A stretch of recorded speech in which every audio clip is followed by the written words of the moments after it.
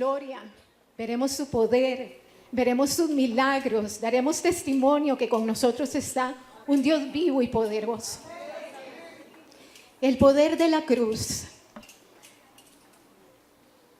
Muchas veces nos confundimos y muchas veces adoptamos el significado literal de las palabras. El poder de la cruz. Aquí hay un madero parecido a donde Cristo fue crucificado.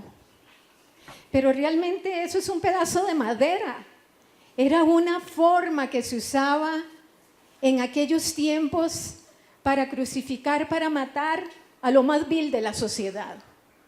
Un simple madero, un palo vertical, otro madero transversal, pero ahí no hay poder. No hay ningún poder en la cruz. A donde hay un verdadero poder fue en el Hijo de Dios que adoptó la naturaleza humana, abrazó ese madero, nadie lo empujó, nadie lo presionó, por voluntad, por amor a todos nosotros, por amor a toda la humanidad, porque cada uno de los nombres de nosotros cuando Él murió estaba en la mente de Él. Entonces, el madero no tiene poder. Si en este momento la humanidad descubriera el madero en el cual fue crucificado el Señor Jesucristo, estoy segura que muchas personas religiosas pelearían por obtener un pedazo de ese madero y se lo llevarían a la casa como una reliquia y la adorarían y la alabarían y se postrarían ante un pedazo de madera que no tiene ningún poder. Entonces, yo quiero que no nos apeguemos literalmente al significado de las palabras y que entendamos que ese pedazo de madera no tiene poder. Y que realmente el que desató el poder en esa oportunidad, un poder que alcanza a toda la humanidad por los siglos de los siglos, amén, es el Señor Jesús, que murió por puro amor a todos nosotros. ¿Qué ocurrió en ese madero? En ese madero ocurrió un milagro extraordinario.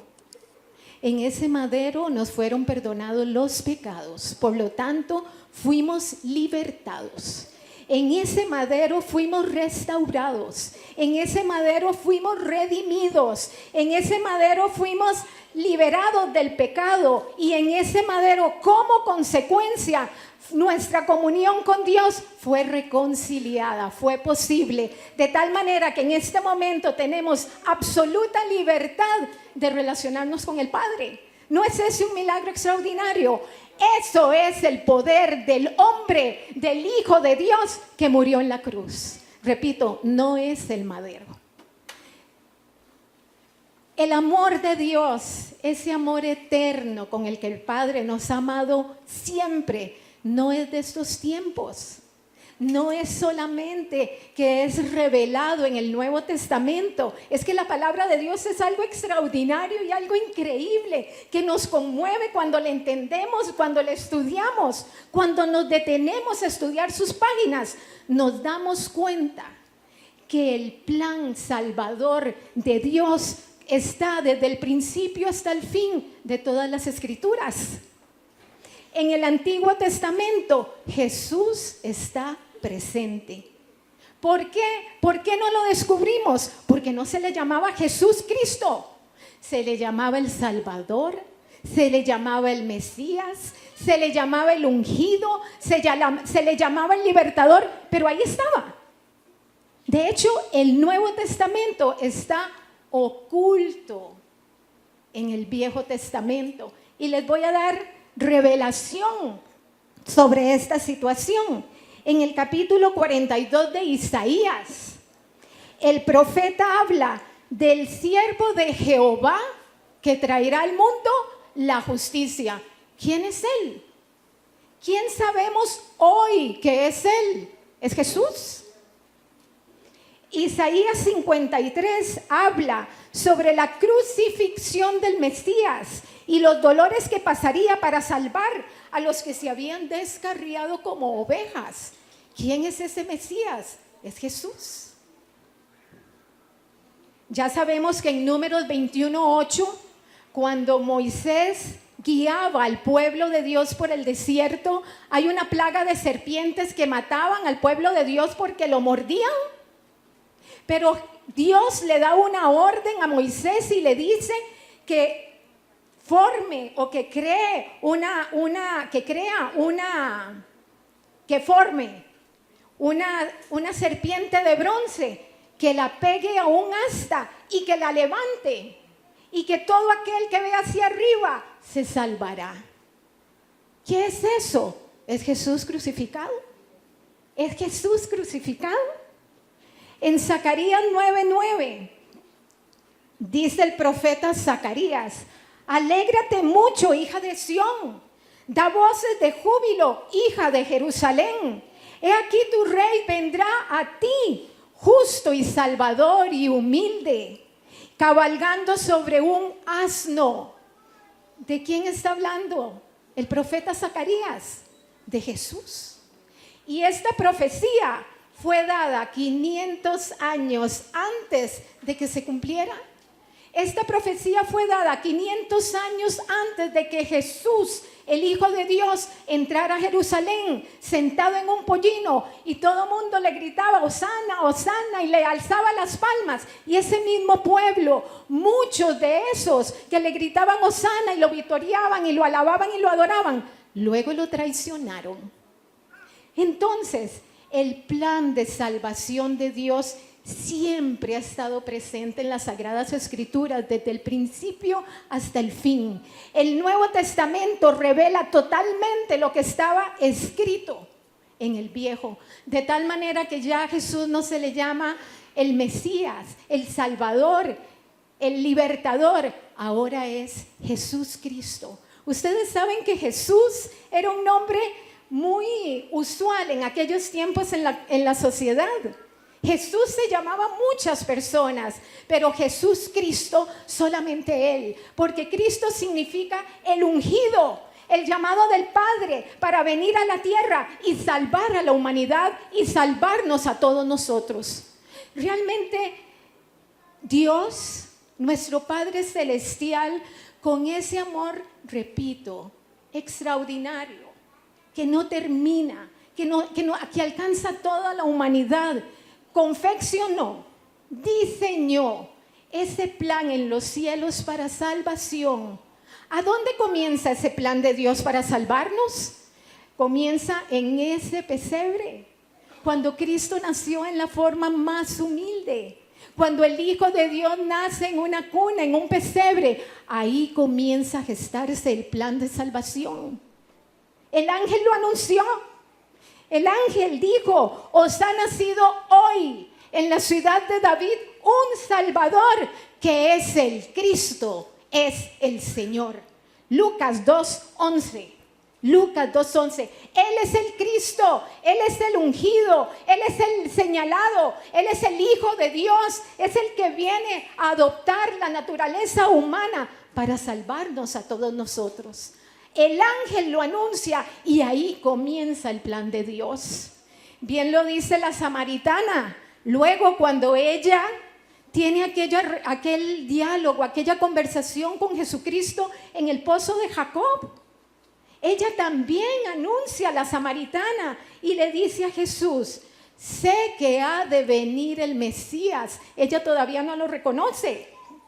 Sé que ha de venir el Mesías llamado el Cristo, y cuando Él venga nos declarará todas las cosas. Cuando Él venga, la verdad nos será revelada. Y ya vino, y ya está con nosotros su Santo Espíritu. Yo digo que en nosotros vive el Cristo desmaterializado, así lo pienso yo. Es su Santo Espíritu el que viene a nosotros y nos revela toda verdad y nos muestra el camino. Todo lo hace Él en nosotros. Pero aquella mujer samaritana, que en ese momento no tenía ningún derecho hablar con Jesús, porque entre judíos y samaritanos habían problemas y no era bien visto que se hablaran unos con otros, pero Jesús no hace acepción de personas. Para Jesús todos somos iguales, y así como Jesús le habló a la samaritana y la samaritana reconoce que va a venir el ungido, así nos habla a todos nosotros. Y esto se lo digo hoy a usted. No sienta que usted no tiene el derecho de acercarse al Padre. No sienta que usted no tiene el derecho de vivir el plan de salvación, porque sí lo tiene. Porque por ustedes y por mí Jesucristo murió en la cruz. Por ustedes y por mí no hay acepción de personas, no la hay. Jesús murió en la cruz, en una cruz similar a esta no es nada comparado con aquel enorme madero en el cual fue colgado Jesucristo. Él extendió sus brazos, y yo digo que los extendió como un tremendo abrazo para abrazar a toda la humanidad. Y esos brazos extendidos en el madero hicieron como un puente para que usted lo transitara. En una orilla del puente quedó el viejo hombre, viciado, lleno de pecado, caracterizado por esa vana manera de vivir, mundana, apegado al pecado. Pero ese madero es para que usted transite hasta la otra orilla. Y en la otra orilla, cuando usted acepta, entiende, recibe el mensaje de salvación, el plan de salvación que Dios diseñó en los cielos para usted, entonces en ese momento, cuando usted traspasa el madero y cuando usted llega a la otra orilla, usted es mudado en una nueva persona. Liberada, libertada, desprovista de pecado. Porque Dios así lo quiso. Dios así lo quiso. Entonces, ese hombre, hijo de Dios, que en ese momento era un ser humano como ustedes y como yo, que sabía lo que estaba por venir en su vida, que nadie lo empujó, por propia convicción abrazó ese madero, lo hizo por usted y por mí. Esto realmente merece un agradecimiento tremendo en nuestras vidas y una alabanza y adoración que se puede levantar en este momento como ese aplauso que usted le da a él hoy.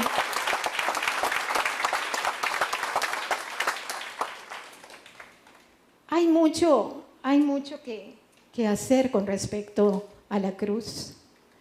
Realmente Dios le dio a Jesús todo para que nos lo diera a nosotros. Nosotros somos salvos. A nosotros ya se nos abrieron los grilletes, las cadenas que nos tenían apegados al pecado. Ahora somos libres y todo eso que hoy tenemos nosotros debemos de compartirlo. Como Jesús nos lo dio, nosotros ahora lo damos a otros. Ahora, hablando sobre algunos versículos o reflexionando sobre algunos versículos que cita Pablo en las Escrituras, hay cosas que nosotros tenemos que hacer. El plan de salvación es para toda la humanidad, pero la respuesta a ese plan de salvación es totalmente personalizada. De usted depende. Actuar como Cristo quiere que usted actúe para optar por la vida eterna. Pablo dice en Gálatas 2:20, con Cristo estoy juntamente crucificado y ya no vivo yo. Ahora Cristo vive en mí. ¿Qué significa esto? ¿Cómo es que yo tengo que ser crucificado juntamente con Cristo? ¿Cómo es que yo debo de ir a la cruz? ¿Cómo es que ya no vivo yo? ¿Cómo es que Cristo vive en mí? Bueno, porque nosotros tenemos que llevar a la cruz, que es señal de muerte. La cruz es señal de muerte, mientras que Cristo es señal de vida. Pero nosotros traemos a la cruz todo aquello que resulta un impedimento, un obstáculo en nuestra relación con el Padre.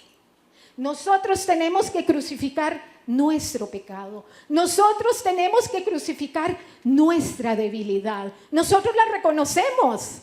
No nos engañemos. Nosotros sabemos cuándo estamos actuando mal, cuándo decimos lo que no debemos haber dicho, cuándo hicimos lo que no debemos haber hecho, cuándo estuvimos pasivos, negligentes, cuando alguien necesitaba palabra. Hay infinidad de cosas negativas, llámese pecado, en nosotros que lo reconocemos y lo tenemos que llevar a la cruz. Mas ya no vivo yo, despojada de mi vana manera de vivir, como dice la Escritura. Ahora mi entendimiento, mi pensamiento, lo que yo soy, lo que yo pienso, es renovado por el Señor Jesucristo. Él pone en mí pensamientos de poder y autoridad. Él me dice a mí que todo lo puedes, porque Él es mi fortaleza. Y cuando yo digo puedes, es poder. Él desata en mí todo un potencial que Él le ha dado a los hijos de Dios para que usted actúe. Pero usted actúa cuando usted crucifica en la cruz su vana manera de vivir. Chinito.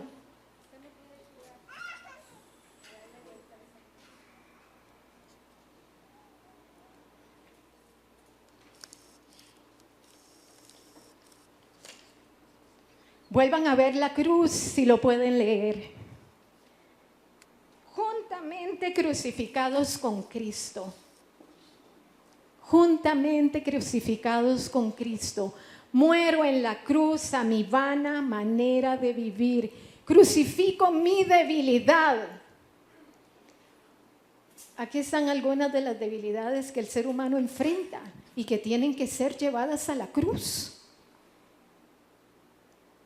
Para los que están lejos les voy a decir o les voy a leer que ahí está crucificada la envidia, la pasividad, la negligencia en torno al servicio a Dios, la rebeldía, el enojo, la desobediencia, las adicciones, los pensamientos impuros, la contienda, la murmuración, la fornicación, la infidelidad.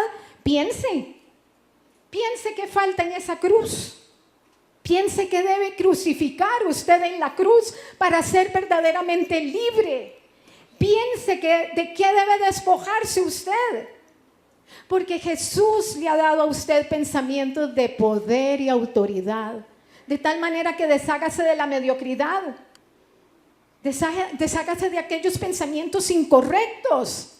Y de todo esto que estoy hablando es el poder que Cristo desató en la cruz. Porque le fue necesario morir para que usted y yo hoy disfrutemos de semejante bendición aplastante, porque aplasta, es extraordinaria. Ningún ser humano pudo haber hecho semejante milagro y semejante revelación. Es Dios quien lo hizo por usted y por mí, para salvación. Para salvación, para salvación. Tenemos que entenderlo. Para salvarnos. ¿Cuánto amor nos tiene Dios? Por Dios, Él quiere que tengamos una vida maravillosa. Él no quiere que seamos ordinarios. Él quiere que seamos extraordinarios. Él no quiere que estemos adaptados al mundo. Él quiere que en el mundo seamos destacados. Él nos quiere diferentes. Y toda esa diferencia se desprende de lo que ocurrió en esa cruz, pero no por el poder del madero, por el poder de Jesús, el Cristo, el ungido, el enviado a la tierra para salvar a la humanidad. Ustedes saben que el otro día les citaba en otra oportunidad que el Señor me permitió estar aquí. Yo citaba una partecita de una canción de un cantautor cubano que se llama Claudio Milanés, que decía, decía, la vida no vale nada, porque mientras afuera se están matando, yo sigo aquí cantando como si no pasara nada. Muchos tienen esa actitud ante la vida. Mientras hay una masacre allá afuera, yo sigo en mi conformismo cantando cual si no pasara nada.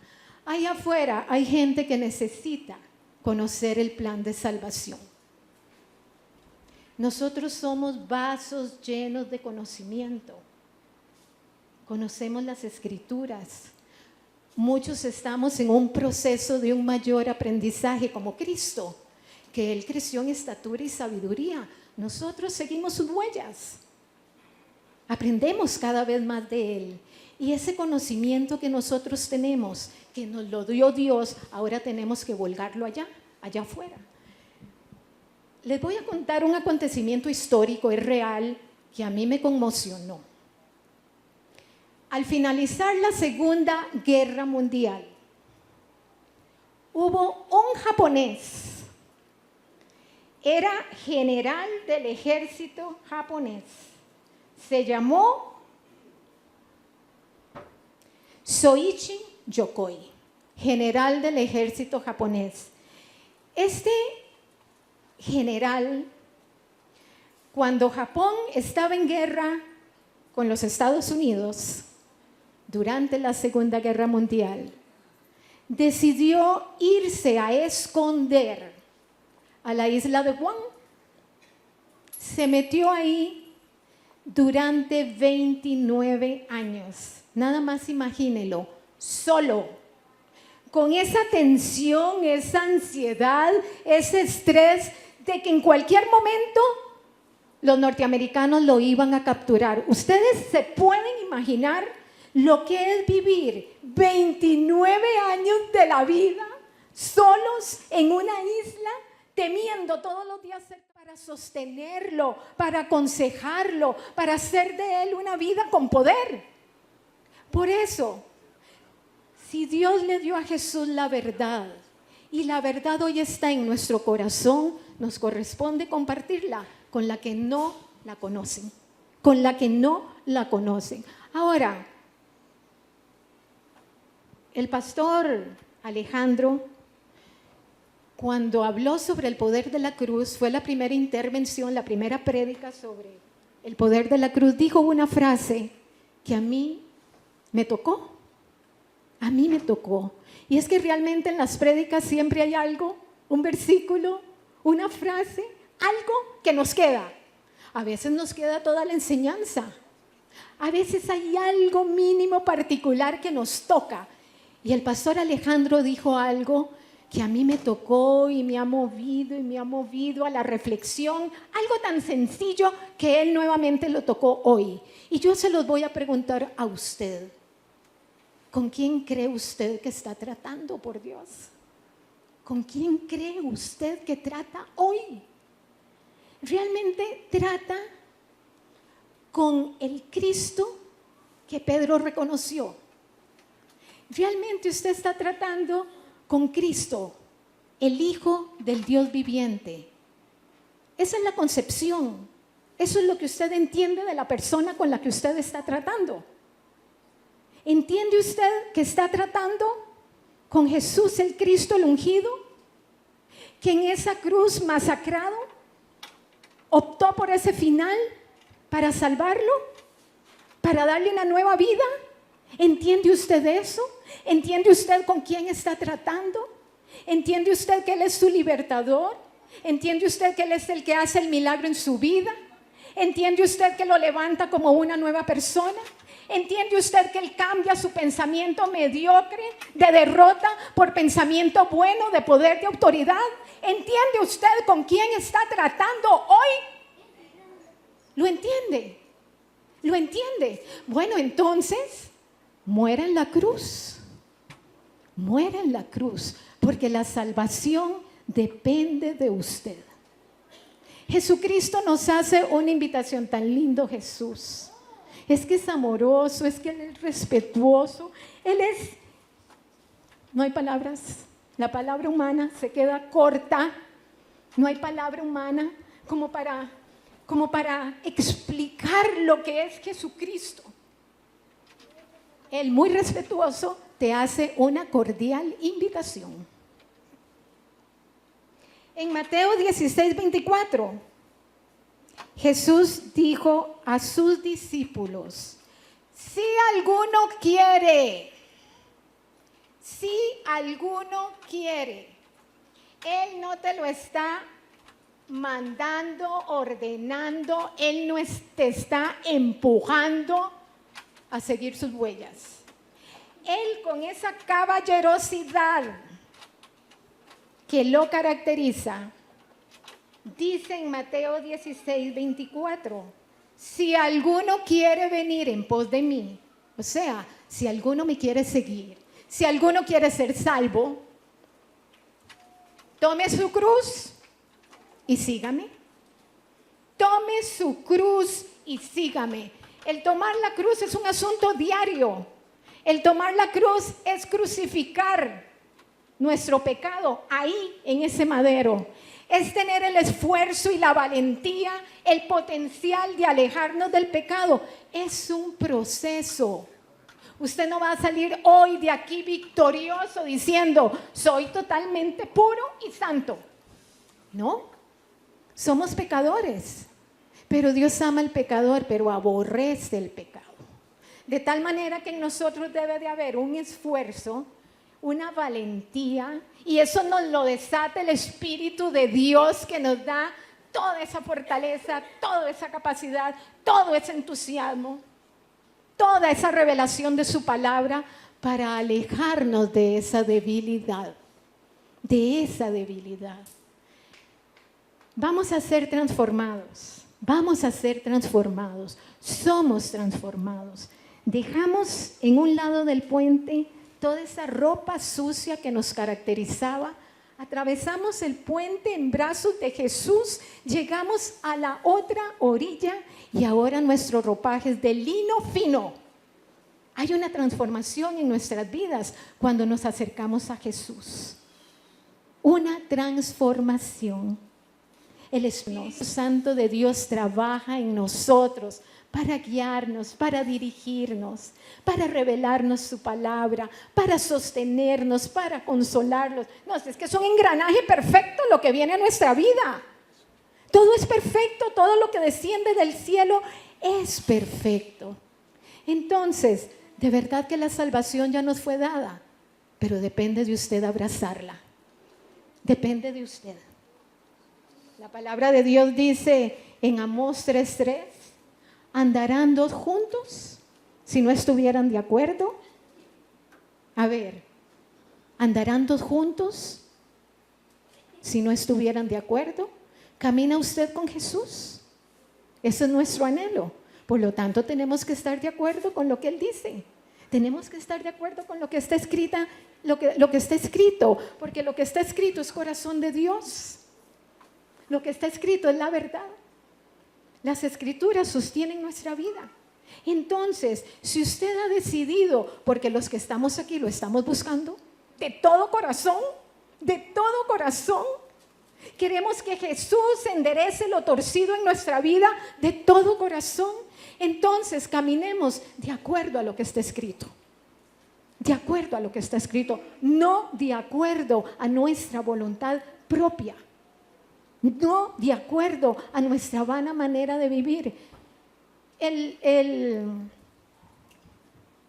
1 Corintios 1:21, la palabra dice lo siguiente: agradó a Dios, le agradó a Él salvar a los creyentes, salvarnos a nosotros, por la locura de la predicación. Le agradó a Dios, por eso diseñó este plan maravilloso en los cielos. Lo cumplió Jesús. Inició en el pesebre, lo consumó en la cruz. Pero a Dios le agradó salvarnos, a nosotros los creyentes. ¿Con qué? Con la predicación, con compartir con otros la palabra de Dios. Esa palabra que al mundo le es locura. ¿Por qué le es locura al mundo? ¿Por qué no la cree? ¿Por qué cree el mundo que eso es una fantasía? Que no es real. ¿Por qué? ¿Se han puesto a pensar ustedes por qué? Porque en el mundo lo que reina y lo que priva es un culto a la personalidad. En el mundo reina la autosuficiencia. En el mundo hay soberbia, hay orgullo, hay egolatría. Yo como persona soy lo primero y lo demás no me importa. En el mundo yo haciendo. En el mundo hay un culto al poderío económico y al poderío intelectual. En el mundo hay complacencia al hombre. Por lo tanto, si usted viene y comparte con otros la palabra del Señor, el hombre comienza a sentirse devaluado. Comienza a sentir su poder. Pero ¿cómo? No soy yo. ¿Cómo? No es mi pensamiento. No es mi intelectualidad. No es los cursos de la academia que tengo. ¿Cómo que no soy yo? Para ellos eso es locura. Porque hay un culto al hombre. El hombre es centro. Mientras que para nosotros, Él es el centro de nuestra vida. Él es el que desata el poder. Es el que desata el don. Él es el que me permite crecer en todos los sentidos. Él es, y todo lo bueno viene de Él. Por eso para el hombre, la palabra, la predicación es locura. Porque significa como devaluarlo en su poder. Es restarle poder, pero no sabe que con Él va a adquirirlo. Entonces, Dios nos prepara. Si usted está dispuesto a recibir lecciones de parte de Él, usted entra en la universidad de la palabra. Usted recibe conocimiento. El Espíritu de Dios le va a dar la sabiduría, la prudencia para enfrentarse a aquellos que están en el mundo. La palabra de Dios tiene que fluir como una cascada, la cascada de la comunicación. Nosotros recibimos, nosotros damos. Pero a veces nos sentimos como imposibilitados, limitados. Tenemos nuestras debilidades, nuestras discapacidades, pero Dios se perfecciona en la debilidad. Para Él no hay debilidades existentes, no hay excusas, no hay justificaciones, no hay nada. Para Él lo que Él quiere es un corazón dispuesto, un corazón íntegro, una persona obediente, apegada a lo que está escrito. Eso es lo que Él quiere. Él quiere ver en usted la necesidad que tiene de Él. Eso es lo que Él anhela. Y eso es lo que nosotros vamos a compartir. El Espíritu de Dios, Cristo desmaterializado en nosotros, nos ayuda. Él nos va a llevar a toda verdad. Él nos va a llevar a donde está la necesidad. Él va a poner palabra sabia, poderosa, contundente, que va a llegar a la persona necesitada. Y esa persona, por el poder de Dios, va a ser tocada. Y gloria a Dios que no ha de ser la misma, ya nunca más. A mí me agradan los ejemplos que hay con los animalitos. Y una vez escuché una historia de la diferencia que hay entre la tortuga y la gallina. La tortuga tiene mucho fruto, tiene mucha vida. Sin embargo, ella viene por las noches sigilosa, cuando no hay nadie, cuando nadie la observa, y empieza con sus aletas a abrir la arena, se posa, se inclina y comienza a depositar decenas de huevos. Luego con sus paletas, con sus aletas, vuelve a tapar la arena y se va. Y nadie se enteró de lo que depositó en tierra. Nadie se enteró de esa semilla que esa tortuga plantó. Nadie se enteró porque lo hizo en solitario. Nadie la vio. En cambio, la gallina pone un solo huevo y hace un escándalo. Cacarea por toda la casa, por todo el barrio, por todo lado. Con un solo huevo. Seamos como gallinas. Seamos como gallinas. Cacareemos eso que Dios nos ha dado. Ese plan de salvación de Jesús en nuestra vida, cacareémoslo como la gallina. Vayamos por todo lado en la comisión. En la cruz no terminó el plan. En la cruz Cristo murió, pero al tercer día resucitó. Y es ese poder de resurrección que hay en nosotros. En nosotros hay muerte y hay resurrección también. Resurrección para cacarear lo que Dios ha hecho en nosotros. Eso es. Cacareemos el milagro. Cacareemos la salvación. Cacareemos la libertad que hoy tenemos. Cacareemos la palabra de Dios. Cacareémosla. Hay en nosotros resurrección. Morimos al mundo, resurgimos, emergemos con el poder que Dios nos da a una vida nueva, a una vida abundante. Póngale ese calificativo, no es cualquier vida, abundante. Jesús califica su vida, la vida que le da, como una vida abundante que solo trae a usted bien y bienestar. Bien y bienestar.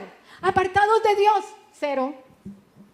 Como la tortuguita, caminando en la oscuridad, con un gran poderío, pero no lo demuestra. No lo demuestra. También a veces somos como elefantitos. El elefante es capturado pequeñito, lo llevan al circo para amaestrarlo y que divierta la concurrencia.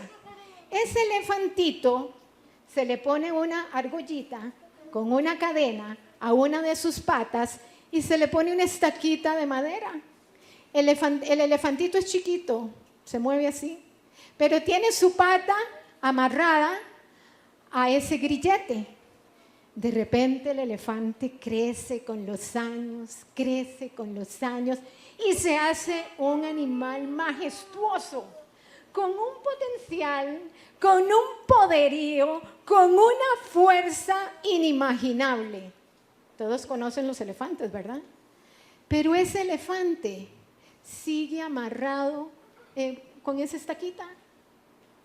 Él podía hacer así, ¡pip!, y soltarse y gozar de ese poder, pero por costumbre, ahí está, amarrado. Bueno, pues por costumbre, a nosotros nos pasa igual. Estamos acostumbrados a la mediocridad, estamos acostumbrados a la debilidad, estamos acostumbrados al que no puedo. Estamos acostumbrados a la negligencia y al conformismo. Estamos acostumbrados al que mejor el de allá lo haga. Mauricio, hágalo. Yo sigo en mi conformismo. A eso estamos acostumbrados. Como con la pata amarrada a un grillete. Y resulta que Dios le dio a usted el poder de desatar toda cadena y de ser libre en el nombre del Señor Jesucristo. Libre para servirle, libre para disfrutar la vida buena que Dios le ha dado, libre para desatar el milagro, libre para vivirlo, libre para dar testimonio del Dios en el que vive en usted, el Dios en que vive en usted. Así es que tomamos en cuenta todo esto. Hace unos días leía en La Nación, porque yo, bueno, ya ustedes saben, yo veo las noticias, las leo, las oigo y las veo.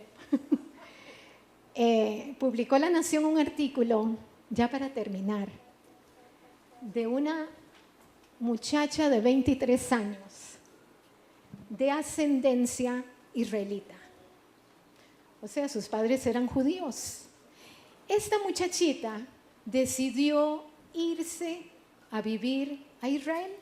Ella vive en Tel Aviv, porque ella quiere darle como honra a sus antepasados. Entonces se fue a vivir ahí. Ella quiere ser parte del ejército israelí para servir a su patria. Ella es tica, pero considera que Israel es su patria. Lo mejor del artículo es que ella cuenta cómo miles de judíos que viven en distintas partes del mundo están regresando a Israel. Y esto es una profecía de los últimos tiempos. El pueblo de Dios, los judíos, se reunirán en Israel. Y ella se asombra de ver que eso se está cumpliendo. Yo no me pongo a pensar mucho en cuándo será la segunda venida de Jesús. Les soy sincera, eso no absorbe mi tiempo. Lo que absorbe mi tiempo es la preparación. Eso sí absorbe mi tiempo. Lo que absorbe mi tiempo, y debería hacerlo mucho más, es la lectura de las Escrituras para prepararme por si alcanzo, me alcanza la segunda venida de Jesús. Quiero estar preparada. Quiero estar con mi lámpara encendida. quiero ser esa mujer con la que Él ha soñado. Y ustedes, caballeros, varones, hombres, quieran ser esos hombres con los que Jesús ha soñado. Entonces, nadie sabe cuándo vendrá Jesús por segunda vez. Pero nuestro tiempo es ahora. Nuestra responsabilidad es ahora. Nuestro servicio es ahora. Nuestra cosecha es ahora. La siembra de la palabra es ahora. La recolección del fruto vendrá abundante para esta congregación, porque como lo dice el pastor José Ángel, esas puertas se abrirán con gente que necesita ser ministrada porque tiene el corazón herido. Pero nosotros, los que disfrutamos de la crucifixión del Señor en la cruz y toda la bendición y el poderío que se desprendió, nosotros los vamos a recibir como Jesús lo hizo, con los brazos abiertos. Con los brazos abiertos. Porque tenemos la capacidad de abrazarlos y ministrarlos. Y ministrarlos. A eso, hermanos, estamos llamados. Ese es el propósito de nuestra vida. Por eso nacimos.